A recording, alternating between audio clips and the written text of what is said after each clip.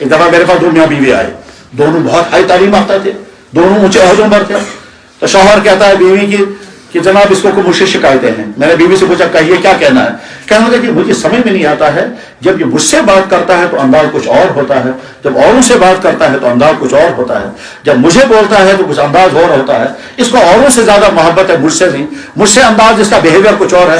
تو میں نے ان سے کہا ایسا. کہنے لگا مجھے سمجھ میں نہیں آتا ہے، مجھے اس سے نہ مزہ آتا ہے بات کرنے میں نہ کچھ. اور بیوی کہتی ہے جناب میرے ساتھ یہ تو کر کے بات کرتا ہے اور بہت ہی توہین کے ساتھ بات کرتا ہے. اسی بیچ میں کہیں سے فون آتا ہے تو فوراً کہتا ہے ہیلو ہاؤ آر یو، آپ کیسی ہیں؟ میں حیران ہو جاتی ہوں اس کو کیا. تو میں نے اس سے کہا ایسا ہی ہے؟ کہنے لگا جی. میں نے کہا کیوں؟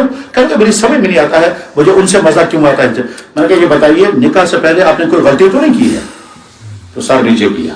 میں نے کہا یہ اسی کی سزا کہ جو حلال تمہارے گھر میں ہے اس کے ساتھ تمہیں مزہ نہیں آ رہا رہنے میں، اور جو حرام کے ساتھ زندگی میں مزہ ہے. میرے نوجوان بھائیوں تمہارے میسج یہی ہے کہ اپنے آپ کو اس بارے کا تعلقات. اور ایک چیز اور سمجھنے کی ہے، مسلمان نوجوان سے ہم پوچھیں گے تو اپنی مسلمان بہن کی عصمت کا محافظ ہونا چاہیے یا اپنی مسلمان بہن کی عصمت کا لٹیرا بننا چاہیے؟ یہ سب کے سامنے سوال ہے.